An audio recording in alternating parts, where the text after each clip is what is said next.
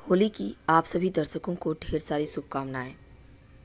होलिका दहन के दिन एक गलती आपके जीवन को बर्बाद कर सकता है, इसलिए कुछ खास बातों का ध्यान रखना अति आवश्यक है। बिना समय गंवाए आइए हम आते हैं मुद्दे पर। देखिए, भगवान विष्णु ने जब नरसिंह का अवतार लेकर भक्त प्रहलाद की रक्षा की थी, तब से होली का त्यौहार मनाने की परंपरा सदियों से चली आ रही है। और होली का पर्व 2 दिन मनाया जाता है। पहले दिन होलिका दहन होता है और दूसरे दिन रंग वाली होली खेली जाती है। वैसे तो अगर हम भारतीय नव संवत्सर की बात करें तो जिस दिन फाल्गुन पूर्णिमा है, होलिका दहन इस दिन इस साल का अंत होता है और जिस दिन रंग वाली होली मनाई जाती है उस दिन से नए वर्ष का आरंभ होता है। यानी खुशियों मनाकर हम दिन की यानी साल की शुरुआत करते हैं। होलिका दहन के दिन कुछ खास प्रयोग, कुछ खास बातों का ध्यान रखना अति आवश्यक है, नहीं तो जीवन में परेशानी आ जाएगी। तो वो कौन सी बातें हैं जिसका ध्यान रखना चाहिए? सबसे पहली बात, होलिका दहन के दिन किसी को भी पैसे उधार देने की गलती ना करें, क्योंकि इस दिन रुपये पैसे का लेन देन करने से घर में पूरे साल धन की कमी आपको महसूस होगी, घर की सुख समृद्धि चली जाएगी।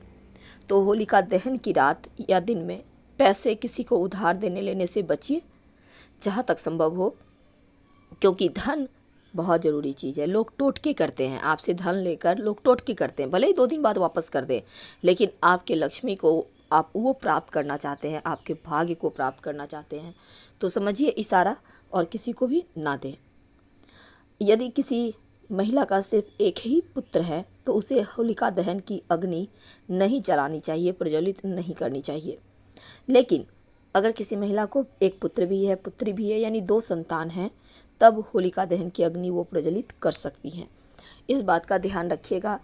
वैसे तो हर कोई नहीं करता है अग्नि प्रज्वलित, लेकिन छोटी छोटी जानकारियाँ बहुत काम की होती है, इसके आपको बेनिफिट ही मिलेंगे।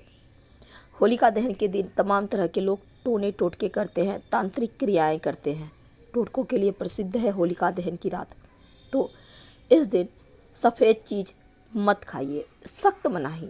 यानी किसी का भी दिया हुआ बतासा है, मिश्री है, सफ़ेद मिठाई है, दूध है, भूल कर भी सेवन ना करें, क्योंकि सफ़ेद चीज़ों से नकारात्मक शक्तियाँ जल्दी आकर्षित होती है। इसलिए खीर, दूध, दही, बतासे कोई भी दे मत खाइए। कोशिश कीजिए अपने भी घर में ना खाने की। होलिका दहन के दिन इन चीज़ों का ध्यान रखिएगा तो बढ़िया रहेगा। देखिए, होलिका दहन में क्या होता है ना, बहुत सारे लोग आम के टहनी, बट वृक्ष के टहनी, पीपल के टहनी वगैरह जला देते हैं, लेकिन मत जलाइएगा, ये अशुभ माना जाता है, क्योंकि इन तीनों ही पेड़ों में नई कोपलें आती हैं, जलाना सही नहीं है। हाँ, आपको जलाना है, आप गुल्लड़ का पेड़, अरंडी का पेड़ की लकड़ी का इस्तेमाल कर सकते हैं। गोबर के कंडे उबले जलाए जाते हैं। ज्योतिष की माने तो होलिका दहन के दिन महिलाओं को सिर ढककर ही हमेशा रहना चाहिए, कभी भी खुले बाल ना रखें। अब वे चाहे तो अपने पुत्र के दीर्घायु के लिए इस दिन उपवास भी रख सकती हैं, क्योंकि ऐसा करने से भगवान श्री कृष्ण की विशेष कृपा मिलती है और उनका पुत्र चिरंजीवी होता है, खूब मान सम्मान कमाता है। होलिका दहन के दिन अपनी माँ का अपमान ना करें, इससे आपको जीवन में दरिद्रता का सामना करना पड़ सकता है। इस दिन अपनी माता को आप गिफ्ट वगैरह दें, उनके चरण स्पर्श करें। भगवान श्री कृष्ण की कृपा से आपके धन की स्थिति सुधरती चली जाएगी, उन्नति दिन ब दिन होती चली जाएगी। ज्योतिष कहता है कि होलिका दहन के दिन व्यक्ति को अपने परिवार सहित होली की अग्नि में कुछ न कुछ अपने मन्नत के अनुसार डालना चाहिए, लेकिन इसके साथ ही गेहूं गुड़ से बनी रोटी खानी चाहिए। गेहूं और गुड़, ऐसा कह सकते हैं, इसको मालपुआ भी हम कह सकते हैं। तो मालपुआ खाने का विधान है। इस दिन चने का सेवन करने से शनिदेव की कृपा भी मिलती है। तो आप चने का बहुत तरह की चीज़ें बनती है, नहीं कुछ तो सब्जी बनाए, उसमें 2-4 दाने चने ही डाल दें, शनिदेव की कृपा बरसती है। तो ये छोटा सा प्रयोग जरूर कीजिएगा। होलिका दहन का शुभ मुहूर्त इस बार चूँकि 28 मार्च को शाम 6:36 से रात 8 बजे तक शुभ योग है और 8:03 से रात 9 बजे तक अमृत काल रहेगा। शास्त्रों की माने तो ये वक्त सबसे उत्तम है। अब सवाल ये होता है कि होलिका की अग्नि में क्या ना डालें। देखिए, पानी वाला नारियल जो साबुत होता है वो मत डालिए, नहीं तो फट पड़ेगा, चारों तरफ चिंगारी उड़ेगी। भूल कर भी गलती ना करें। जब भी डालें नारियल का गोला डालें, उसको कट करके अंदर में कुछ चीज़ें अर्पित करने के बाद, भरने के बाद डालें। ये सबसे शुभ रहता है। एक बात का हमेशा ध्यान रखिएगा, बहुत सारे लोग क्या करते हैं, कुछ भी उल्टे सीधे चीज़ डाल देते हैं। जैसे लाल मिर्च डाल देते हैं होलिका दहन की अग्नि में, या फिर नमक डाल देते हैं। तो ये सभी उल्टे पुल्टे चीज़ ना डालें, माँ जो होलिका है वो नाराज़ हो जाएंगी। जब भी डालें पवित्र वस्तु डालें। आप पूरी रजा बलाओं से मुक्ति पाने के लिए सरसों के दाने डाल सकते हैं, काला तिल डाल सकते हैं। तो चलिए हम जान लेते हैं इस होलिका दहन में क्या डालना चाहिए।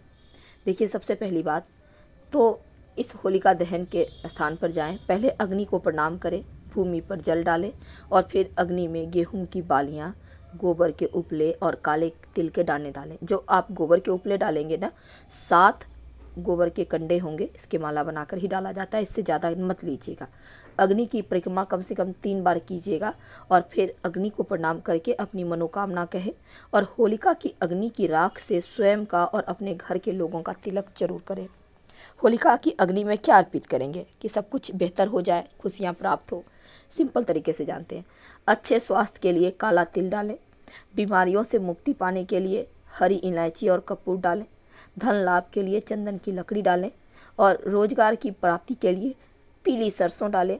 विवाह शीघ्र होने के लिए, वैवाहिक जीवन की परेशानियों से मुक्ति पाने के लिए हवन सामग्री डालें और नकारात्मक ऊर्जा से मुक्ति पाने के लिए काली सरसों, जिसको हम राई कहते हैं, उसको डाल सकते हैं। आपको इसके बेनिफिट मिलेंगे।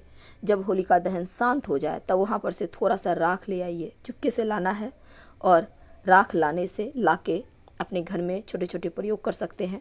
याद रखिए, इस दिन सफ़ेद चीज़ें, दूध, दही, चावल आदि का सेवन भूल कर भी ना करें। काले चने का सेवन जरूर करें और ज़रूरतमंद व्यक्ति को काला चना का दान भी कर सकते हैं। आपके संकट दूर होंगे, उन्नति के मार्ग खुलेंगे। तो छोटे छोटे प्रयोग है और इस दिन पुआ, मालपुआ आप ज़रूर खाइए, क्योंकि मालपुआ खाने से जीवन की हर परेशानी दूर हो जाती है। होली का त्यौहार आते ही घर में बड़े बच्चे हर कोई चेहरे पे एक अलग ही खुशी छा जाती है। घर में अलग ही माहौल होता है, तरह तरह के पकवान बनते हैं और इस समय मस्ती भी करते हैं। और अक्सर देखा गया है कि होली के वक्त कुछ खास चीज़ें ज़रूर बनती है और उसको खाने के विधान है। तो होली में ठंडई बहुत प्रसिद्ध है, लेकिन आज हम जिस चीज़ की बात करेंगे वो ज़रूर खाना चाहिए होली के त्यौहार पर। आप रंगों के से सराबोर तो आपको होना है, लेकिन रंग खेलने के पहले घर का कोई बड़े बुजुर्ग या कोई भी व्यक्ति पहले भगवान को रंग अर्पित करे, यानी अबीर, उसके बाद रंग खेले तो ज़्यादा अच्छा है, क्योंकि इससे भगवान का आशीर्वाद भी मिलेगा और पूरे साल आपको इसके बेनिफिट मिलते रहेंगे। कुछ खास चीज़ें हैं जो होली के दिन बनाई जाती है और खाई जाती है, जो हमारी परंपराओं में शामिल है। उनमें से एक है गुजिया। और ये वाला जो गुजिया है ना, ये बनता भी है और खाने का भी विधान है। हालांकि तेल में डीप फ्राई करके बनाया जाता है, ज़्यादातर लोग नहीं खाते हैं, लेकिन कोई बात नहीं, आप इसको खा सकते हैं, क्योंकि एक नियम होता है, थोड़ा सही सही पर खाइए ज़रूर। वैसे आप तो हर कोई एक दूसरे को मिठाई खिलाते हैं, इसका भी विधान है। तो जब आप किसी को मिठाई खिलाते हैं तो सफ़ेद मिठाई खिलाने से आपके जीवन के हर कष्ट, हर टेंशन दूर हो जाता है। अब चूँकि सीजनल फ्रूट जो है उसको भी खाइए, क्योंकि तला भुना हुआ खाना आप होली में ज़्यादा खाते हैं, तो अपने सेहत का भी ध्यान रखना है। पानी खूब पीजिए, नींबू पानी पीजिए, जिससे कि शरीर में एनर्जी बनी रहे। और होली के दिन खीर बनाई जाती है, तो खीर जब बनाइएगा तो गुड़ डाल के बनाइएगा, जिससे आपका स्वास्थ्य भी अच्छा रहेगा। वैसे इस खीर में आप ड्राई फ्रूट डाल सकते हैं, चावल का खीर बना सकते हैं, मखाने की खीर बना सकते हैं, और चीनी के जगह गुड़ इस्तेमाल करें तो ज़्यादा अच्छा रहेगा, मज़ा दुगना हो जाएगा। तो होली में चावल की खीर तो बनते ही हैं, इसके साथ आटा और गुड़ मिलाकर पुआ बनाया जाता है, क्योंकि बिना पुआ और गुजिया के होली का त्यौहार अधूरा माना जाता है।